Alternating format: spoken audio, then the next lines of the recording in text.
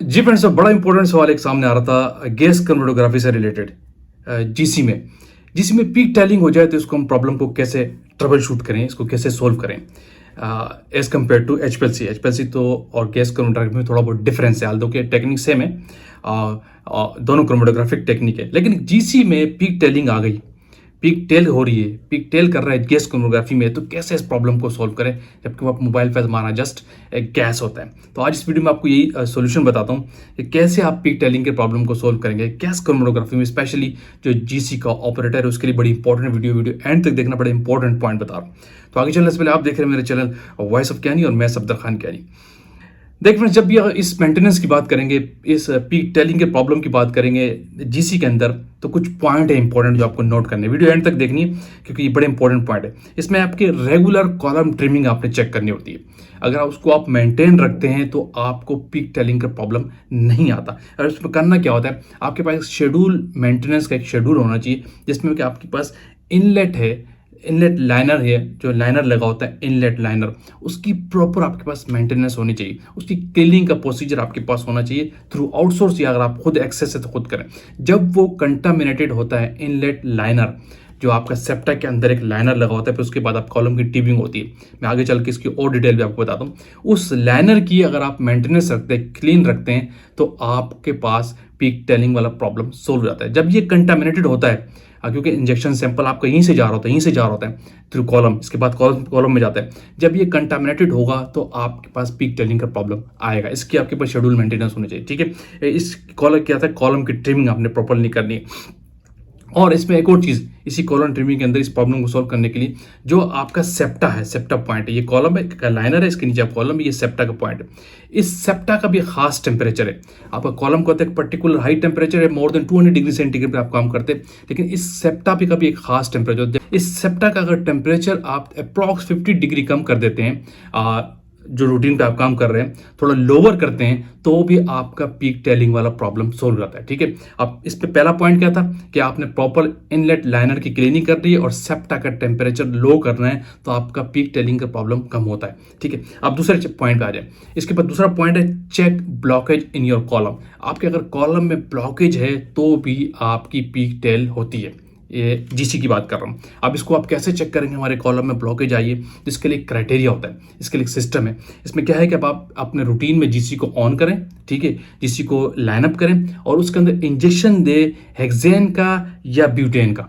इन दो इंजेक्शन को लगाएं उस सिस्टम का, जस्ट एग्जांपल के तौर पर। अगर आप देखते हैं कि अगर हेक्सेन और ब्यूटेन भी टेल कर गया है, इट मीन्स कि आपके कॉलम के अंदर ब्लॉकेज है।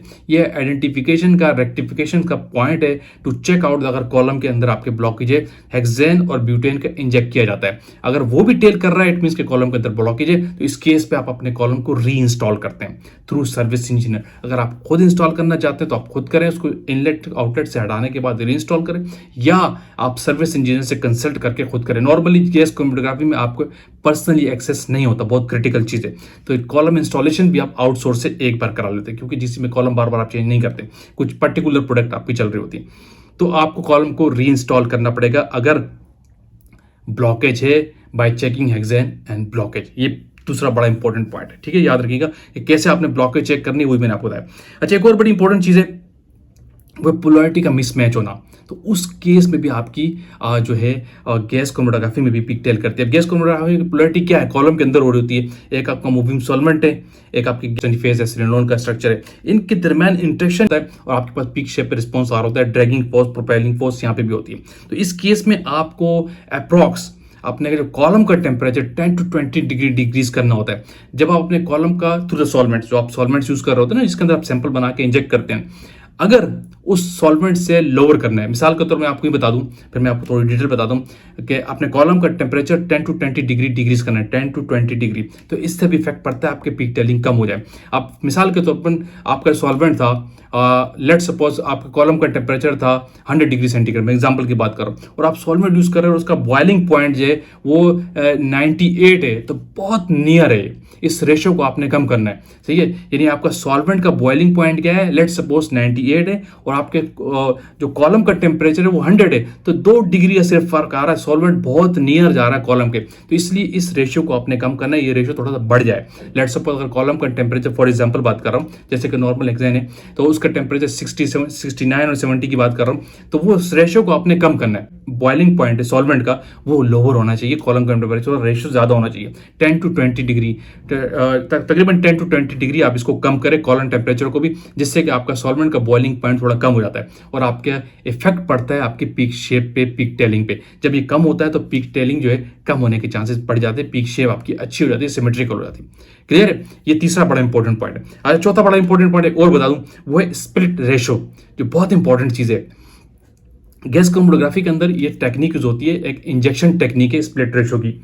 इस रेशो को अगर आप लोअर है तो फिर इसको आप हाई करें, तो इससे भी आपके चांसेस होते हैं कि आपकी पीक टेलिंग ठीक हो जाए। नॉर्मली जो स्प्लिट रेशो रखा जाता है 5:1, 100:1, समथिंग 50:1, इस लिहाज से रखा जाता है। अगर आपका स्प्लिट रेशो बहुत कम है तो इसको आप थोड़ा इंक्रीज करें, ठीक है, तो इससे भी पीक टेलिंग के चांसेस कम हो जाते हैं। स्प्लिट रेशो क्या, थोड़ा सा बता दूं उसको मैं आपको, कि जैसे कि ये आपका लाइनर लगा हुआ है, इसके नीचे आपका कॉलम होता है, या आपके सेप्टा होता है। जब आप कोई सैंपल इंजेक्ट करते हैं यहाँ से, तो ये एक साइड से आपकी गैस फ्लो हो रही है, दूसरी साइड से आपकी का आउटलेट होता है और बाकी सैंपल नीचे जाता है। इस यहाँ पे बहुत हाई फ्लो रेट होता है, तकरीबन 105 डिग्री से ml/ml जा रहा होता है, बहुत तेज फ्लो रेट होता है, और कुछ खास फ्लो रेशो से आपकी जो एक्स्ट्रा वॉल्यूम होता है सैंपल का वो लिट हो जाता है, और 1 रेशो ऑन दी 1 कंसंट्रेशन 1% आपका सॉल्वेंट जो है आपका सैंपल जो है कॉलम में जाता है। यानी यूं जाता है बहुत गैस, बहुत तेज फ्लो, बाकी सेप्टा आपका सैंपल नीचे गया और बाकी आउटलेट चला गया जो एक्स्ट्रा होता है, और खास कॉलम के बाद इनलेट में जाने के बाद खास पर्टिकुलर टेम्परेचर वहाँ पे सेट होता है, वहाँ पे पर्टिकुलर अपना फ्लो रेट सेट होता है जिस पे आपका कॉलम मूव कर रहा होता है। और इस जगह पे स्प्लिट रेशो वाली जगह के ऊपर आपके पास बहुत फ्लो रेट बहुत हाई होता है, तो इसको स्प्लिट रेशो कहती है। स्प्लिट रेशो एक टेक्निक है, स्पेशली गैस क्रोमेटोग्राफी में यूज की जाती है। अगर आपका split ratio is very low तो आप इसको इंक्रीज करेंगे, जिससे कि आपका पीक टेलिंग का प्रॉब्लम सॉल्व हो जाएगा। अब मैं आपको समराइज कर दूं दोबारा कि क्यों गैस क्रोमेटोग्राफी में आपकी पीक टेलिंग होती है और आपने किन पॉइंट को चेक करना है। आपको पॉइंट चेक करना है रेगुलर ट्रिमिंग करनी कॉलम की, जिसमें आपका इनलेट लाइनर जो उसका शेड्यूल मेंटेनेंस आपके पास होना चाहिए, उसकी वॉशिंग करनी है आपने ठीक तरीके से, उसकी मेंटेनेंस चेक करनी है, ठीक है। और दूसरा इसमें एक और पॉइंट था कि आपका जो लाइनर है, लाइनर के ऊपर जो लाइनर का टेम्परेचर है, इनलेट का, सॉरी लाइनर के ऊपर जो इनलेट है उसका टेम्परेचर उसको 50 डिग्री कम करके देखें तो आपके पीक टेलिंग प्रॉब्लम हो जाता है। दूसरा प्रॉब्लम था ब्लॉकेज इन कॉलम, जिसका अगर कॉलम में ब्लॉकेज है, पीक टेल होती है, उसको सॉल्व करने के लिए आप हेक्सेन और ब्यूटेन का इंजेक्शन लगाते हैं। अगर वो भी टेल कर रहा है इट मीन्स के कॉलम के अंदर ब्लॉकेज है, फिर आप कॉलम को रीइंस्टॉल करते हैं। तीसरा मैंने इंपॉर्टेंट पॉइंट बताया था कि आप अपने पोलैरिटी का मिसमैच और अपने कॉलम के टेम्परेचर को 10 to 20 डिग्री लो करें as compare to your solvent जो आप इसमें आप सैंपल बना रहे हैं, तो इससे भी आपका पीक टेलिंग का प्रॉब्लम सॉल्व हो जाता है। और चौथा इंपॉर्टेंट पॉइंट है स्प्लिट रेशो। अगर ये बहुत कम है तो इसको आप इंक्रीज करें, रेस करें, इससे भी आपका पीक टेलिंग का प्रॉब्लम सॉल्व हो जाता है। आई होप कि बड़ी कॉन्सेप्चुअल वीडियो थी, बड़ी इंपॉर्टेंट और इन्फॉर्मेटिव वीडियो थी उन लोगों के लिए जो गैस क्रोमेटोग्राफी पे काम करते हैं, जीसी पे काम करते हैं, जीसी यूज करते हैं, जीसी ऑपरेटर है। उन लोगों के बहुत सवाल आते हैं कि जीसी पे अगर पीक टेल हो जाए तो कैसे सॉल्व करें। तो इन पॉइंट को हमेशा आपने चेक करना है, आपका स्प्लिटिंग, आपका गैस क्रोमेटोग्राफी में पीक टेलिंग का प्रॉब्लम सॉल्व हो जाएगा। आई होप कि वीडियो आपने लाइक की है तो शेयर कीजिए, कमेंट्स कीजिए। अगेन कहूँगा जो लोग चैनल पे न्यू है वो लाजमी सब्सक्राइब कीजिए ताकि ऐसी टेक्निकल वीडियोस आप तक पहुँचती रहे। Thank you for watching. अल्लाह हाफिज़।